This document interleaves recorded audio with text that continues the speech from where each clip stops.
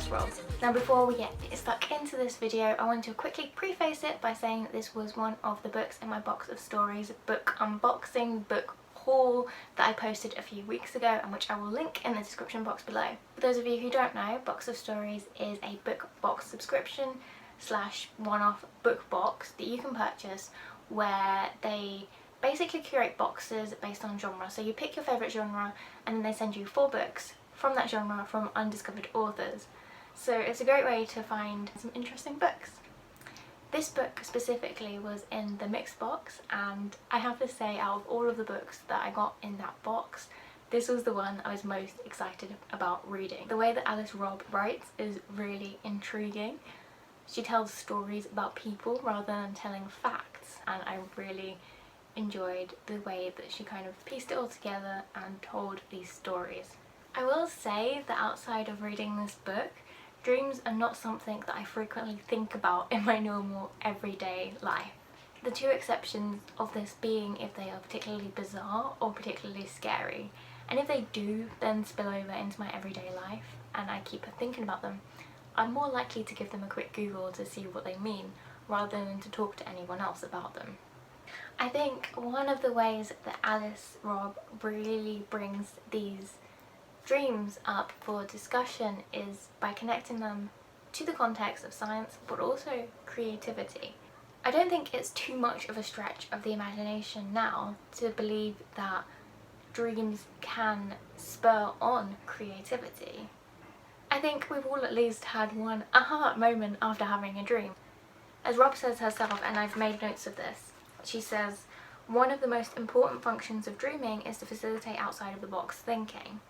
Dreams bombard us with plenty of unintelligible scraps, but the odd gem is buried among the junk. You do process knowledge, but you get ideas from it." I also really enjoyed the way that she linked nightmares to things like migraines. That's a lens I'd never really thought about before, and as someone who suffers from migraines, is not something I've even thought about. Do I have nightmares and then get migraines? Do I have migraines and then have nightmares? The answer is I don't know because I haven't tracked it and I'm not a scientist. But I thought it was really interesting that she brought that up in the context of dreams in this book. Another thing that I really enjoyed is that Alice Robb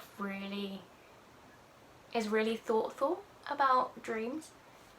She says, "This subject has attracted more than its share of brilliant audibles, awkward obsessives willing to stake their careers on a puzzle they were unlikely ever to crack.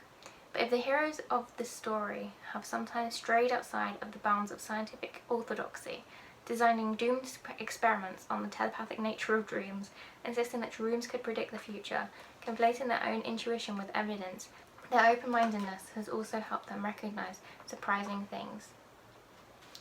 In this book, she makes the case that some of the pioneers of dreaming were often shunned, but within their ideas lie gold.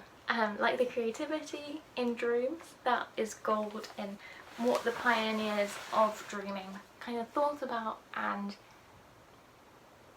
pushed for. By the end of this book, you can't help but think that maybe dreams are worth unpicking. I started to keep a dream journal when reading this book. I don't think it revealed anything too crazy. I dreamt about boats a lot. One time I dreamt that I was queer-eyed, which was hilarious, and I think it's more a symptom of me binge-watching that than anything else. I dreamt about friends, family. Sometimes I dreamt about people that I haven't seen for absolute years. I don't think I'm going to make sense of my dreams through reading this book, and I don't think that they have revealed anything special. But I really enjoyed the process of keeping the dream journal, and I think that it might be something that I continue to do in the future. The one thought that has kind of really intrigued me the most comes from a fellow dream scientist, Alice Robb, called Stephen LaBarge. He says, "If you must sleep through a third of your life, as it seems you must, are you willing to sleep through your dreams too?" Here I think he is talking about lucid dreaming, but I think there's also something when you read this book about using dreams to conquer your phobias, using dreams to self-reflect, using your dreams to understand what you're learning and what you're not learning.